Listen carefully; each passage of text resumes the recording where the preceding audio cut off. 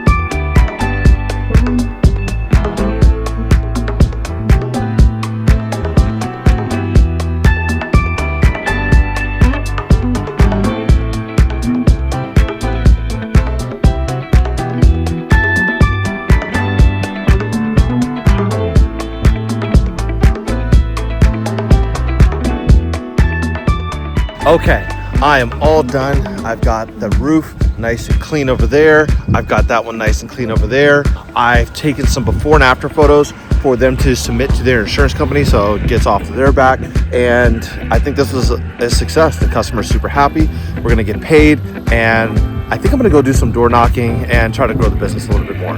Either way, thank you guys for watching this video, and I'll catch you on the next one. Peace.